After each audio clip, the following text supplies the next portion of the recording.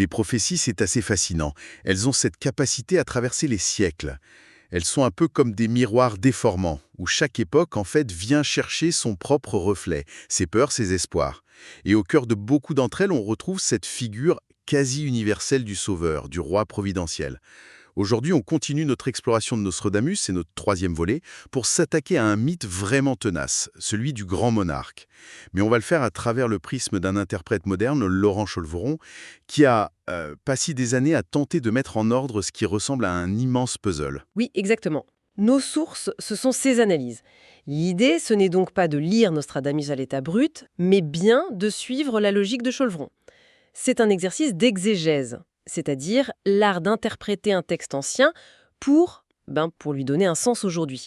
Notre but, c'est vraiment de décortiquer sa méthode, de comprendre le portrait qu'il dresse de ce monarque, le contexte de son arrivée et surtout le calendrier qu'il propose. Et il faut être très clair dès le départ, on explore ici une construction intellectuelle, une lecture parmi d'autres, pas une vérité révélée. C'est un point absolument crucial, on analyse l'analyste en quelque sorte. Alors, allons-y, entrons dans le vif du sujet. Si on suit la piste de Cholveron, à quoi il ressemble cet homme? C'est quoi son portrait robot? Il met souvent en avant un quatrain, le V74, qui dit « De sang troyen naîtra cœur germanique ». Pour lui, la lecture est littérale, une double ascendance, française et germanique. Et déjà là, on a un premier niveau de lecture qui est intéressant. La référence au sang troyen au XVIe siècle, c'est une sorte de label de qualité, un code. C'était une manière très commune pour la noblesse française de se rattacher au 0 de Troie, de s'inventer une origine mythique, prestigieuse, bien au-delà des Mérovingiens. C'est une façon de dire « cette lignée est légitime et même presque divine ». Ce qui est fascinant, c'est que ça implique que Nostradamus lui-même utilisait déjà un langage symbolique. Donc, on demande à un interprète moderne de décoder quelqu'un qui codait déjà volontairement son message. C'est un jeu de poupée russe. Et ce monarque, il n'a pas qu'une origine, il a aussi une mission. Et Cholveron la voit comme double. D'abord religieuse. Le quatrain parle de tournant l'Église en pristine prééminence. Pour lui, c'est clair. Il s'agit de restaurer le catholicisme dans sa forme la plus traditionnelle. Oui, c'est l'image du roi très chrétien, le défenseur de la foi. C'est une figure qui hante l'imaginaire monarchiste français. Un retour à une sorte d'âge d'or où le pouvoir temporel et le pouvoir spirituel seraient parfaitement alignés. Et la deuxième facette de sa mission est beaucoup plus martiale. Le quatrain se termine par « Or chassera gent étrange arabique ». L'interprétation de Cholveron est directe, sans aucune ambiguïté. Pour lui, ça signifie l'expulsion des populations arabes de France et d'Europe. Et c'est là qu'on touche au cœur du mécanisme de l'interprétation prophétique. Un texte du XVIe siècle est lu avec des lunettes du XXI. Au temps de Nostradamus, le terme « arabique », c'est un mot valise. Il peut désigner l'Empire ottoman qui menace l'Europe, les pirates barbaresques en Méditerranée ou plus largement l'adversaire musulman. L'ambiguïté du texte original, c'est une sorte de chèque en blanc, vous voyez.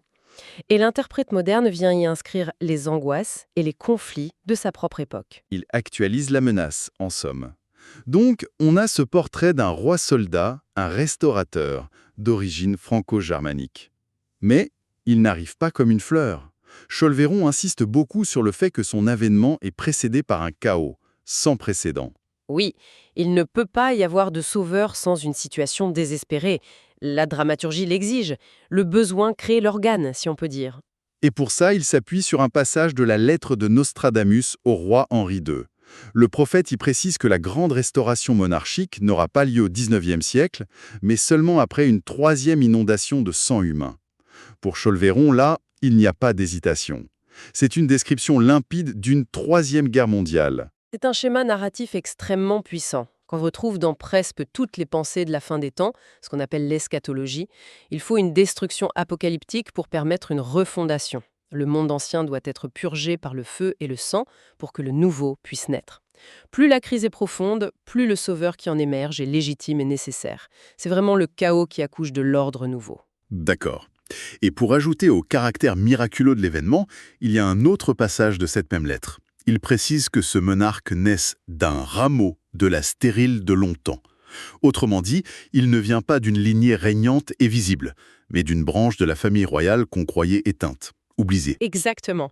C'est l'archétype du roi caché ou du roi dormant qu'on retrouve dans de nombreuses légendes, comme le roi Arthur attendant son retour à Avalon.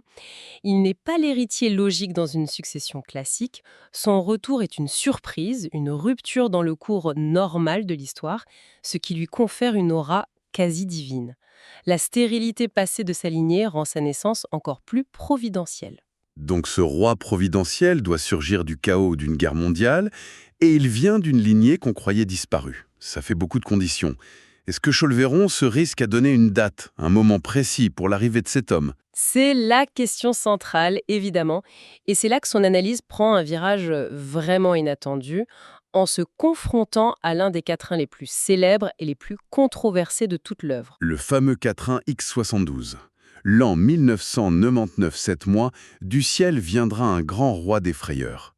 Je me souviens de l'effervescence autour de cette date. On a tout entendu, fin du monde, arrivée de l'Antéchrist, guerre du clerc. Et puis, en juillet-août 1999, il ne s'est rien passé de tel. Pour beaucoup, c'était la preuve ultime que Nostradamus s'était trompé. Et c'est justement face à ce non-événement que l'interprétation de Cholveron devient fascinante. Au lieu de jeter le quatrain, il le réexamine. Il se dit « Et si nous l'avions mal lu ? Et si le grand roi des frayeurs n'était pas un événement cataclysmique visible par tous, mais un événement caché, symbolique ?» Sa proposition, c'est de voir dans ce quatrain non pas la prise de pouvoir du monarque, mais sa naissance. Sa naissance. Mais alors, le lien avec 1999? L'éclipse solaire totale du 11 août 1999, un événement astronomique majeur qui a traversé l'Europe. Astrologiquement, une éclipse a toujours été un présage de la plus haute importance. Elle peut signifier la chute d'un roi, la fin d'un empire. Mais elle peut aussi marquer une naissance extraordinaire, celle d'un être destiné à changer le cours de l'histoire. Cholveron propose donc que le grand monarque soit né à ce moment-là, précisément. C'est une pirouette intellectuelle assez géniale, il faut le reconnaître. Ça change absolument toute la perspective. La prophétie n'a pas échoué. Elle a simplement été mal comprise. C'est ça, le compte à rebours n'est pas terminé, il vient à peine de commencer. Ce personnage serait donc vivant aujourd'hui, quelque part, et il aurait une vingtaine d'années. C'est une astuce herméneutique qui sauve le texte. Elle décale l'accomplissement de la prophétie dans le futur, ce qui la rend à nouveau active et pertinente pour notre époque. La mèche de la prophétie est, disons, toujours allumée. On attend simplement que les conditions, la fameuse Troisième Guerre mondiale, soient réunies pour qu'il se révèle. D'accord. Si on accepte cette hypothèse, on a donc un individu né en 1999 qui attend son heure. Une fois révélé, quelle serait sa mission concrète au-delà de la restauration en France? Son ambition semble continentale. Cholveron cite un autre quatrain. Dans Les Espagnes viendra roi très puissant, et il parle aussi de la libération de l'Italie. Le projet n'est pas seulement national, il est civilisationnel. C'est une Europe recentrée sur ses racines traditionnelles, s'opposant à une ou plusieurs menaces extérieures. Et voilà la question clé. Pour unifier, il faut un ennemi commun. Et pour identifier cet ennemi, l'analyse de Cholveron devient, disons, particulièrement acrobatique. Il ne se contente plus de Nostradamus, il va chercher des pièces de son puzzle ailleurs. Et ça, c'est un point absolument central dans la fabrique de l'interprétation prophétique moderne. On ne reste pas dans un seul texte, on tisse des liens, on crée des ponts entre des corpus qui n'ont, a priori, rien à voir les uns avec les autres. Et le premier pont qu'il construit, c'est vers la Bible, c'est ça? Exactement, vers le livre du prophète Ézéchiel, dans l'Ancien Testament. Il y trouve une figure eschatologique majeure, Gog. C'est un chef de guerre qui, à la fin des temps, doit mener une coalition de nations contre Israël. Un archétype de l'ennemi final dans la tradition judéo-chrétienne. D'accord, mais là on est face à un gouffre de plus de 2500 ans. Comment on passe de ce Gog biblique à un adversaire contemporain pour le grand monarque? Par une cascade d'associations. La prophétie d'Ézéchiel dit que Gog vient du pays de Magog. L'étape suivante pour Cholveron est donc de localiser ce fameux Magog. Et il va le faire en s'appuyant sur des théories historiques. Il l'identifie à l'ancien empire des Khazars. Les Khazars, un peuple d'origine turque qui a dominé une partie de l'Europe orientale et du Caucase au Moyen-Âge, et dont les élites se sont converties au judaïsme. C'est une histoire fascinante, mais encore assez méconnue. On est toujours très loin de notre époque. On se rapproche. Pour faire le dernier saut, Cholveron s'empare d'une thèse de l'historien et écrivain Arthur Koestler, exposée dans son livre « La 13e tribu ». C'est une thèse très débattue qui postule qu'une grande partie des Juifs ashkénazes d'Europe de l'Est ne descendraient pas des Hébreux de Judée, mais de ces Khazars convertis. Je vois l'architecture vertigineuse se dessiner. Si Magog, ce sont les Khazars, et si les descendances des Khazars sont, selon cette théorie, une partie des Juifs ashkénazes, alors, la conclusion logique de Cholveron, c'est que l'ennemi ultime du grand monarque Serait une figure assimilée à Gog, potentiellement un leader ashkénaze, à la tête d'une grande coalition orientale. Une coalition que Cholveron imagine composée de pays comme l'Iran, la Libye, la Turquie, en se basant sur la liste des alliés de Gog dans la Bible. On voit vraiment le mécanisme à l'œuvre. C'est un syncrétisme. On empile Nostradamus, la Bible et une théorie historique controversée pour produire une prophétie actualisée et incroyablement spécifique. Franchement, quand on met tout ça bout à bout, on se demande si l'œuvre la plus impressionnante n'est pas celle de Nostradamus, mais celle de son interprète. La complexité du montage, ça laisse pantois. Et il est essentiel pour quiconque s'intéresse à ces sujets de savoir déconstruire cette mécanique, de voir les différentes briques utilisées pour bâtir l'édifice. C'est la seule approche saine. Distinguer les couches, identifier les sources, comprendre les liens que l'interprète tisse entre elles. Ce n'est qu'à ce prix qu'on peut analyser le discours sans le subir. Alors, si on devait synthétiser la grande fresque que dépeint Laurent Cholveron, le grand monarque serait un homme né lors de l'éclipse d'août 1999, d'ascendance franco-germanique.